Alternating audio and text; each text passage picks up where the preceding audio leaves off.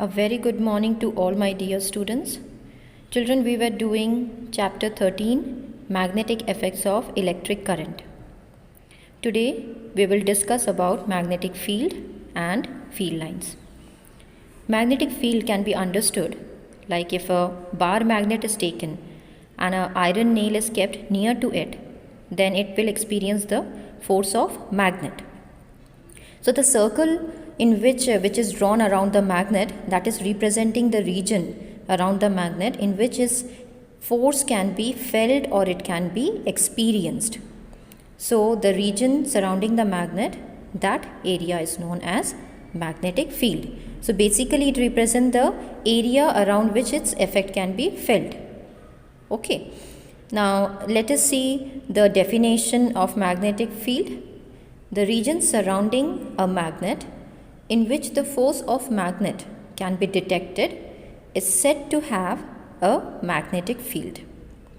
Magnetic field is generally a vector quantity because it has both direction and magnitude. The direction of field is taken to be the direction in which a north pole of compass needle moves inside it. So whenever you place a magnet, suspend a magnet, it always point toward north-south direction automatically. Now, magnetic field lines, these are basically imaginary lines. Children, we cannot see them. They are the visual tool to represent magnetic fields. And this is how it looks like.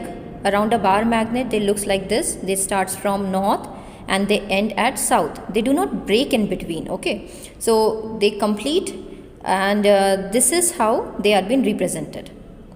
Let us now see the properties of the magnetic field lines. The first is no two field lines are found to cross each other. And if the two magnetic field lines cross to each other as it is shown in the picture here in the diagram, then in the particular point it will represent two different directions. Two tangents and two tangents will represent two different directions, which is not possible. From a single point only one particular direction can be represented. So this is not possible.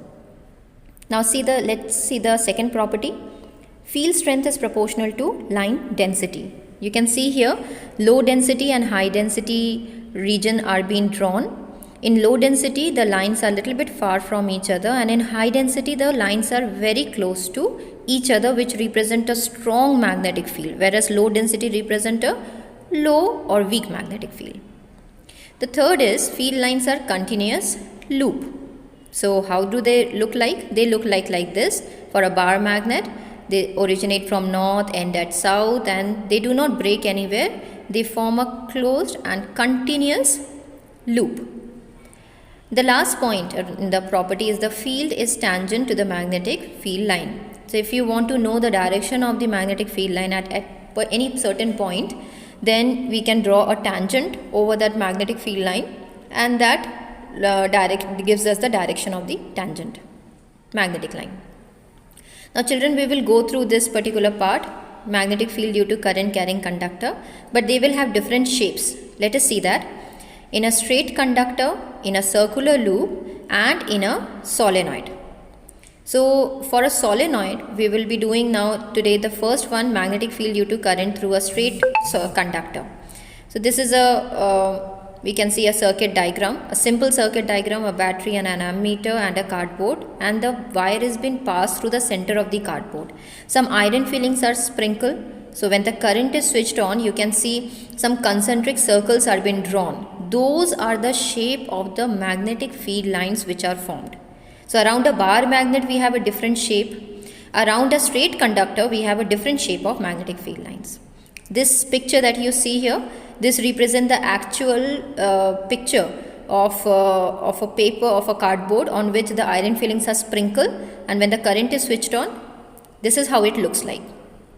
So now how we come to know where is the north, where is the south, how the lines are going from which direction to which direction. So one way is that you keep a magnetic compass on it. So we will be able to know the magnetic field direction. Another way of finding it is Maxwell right hand thumb rule.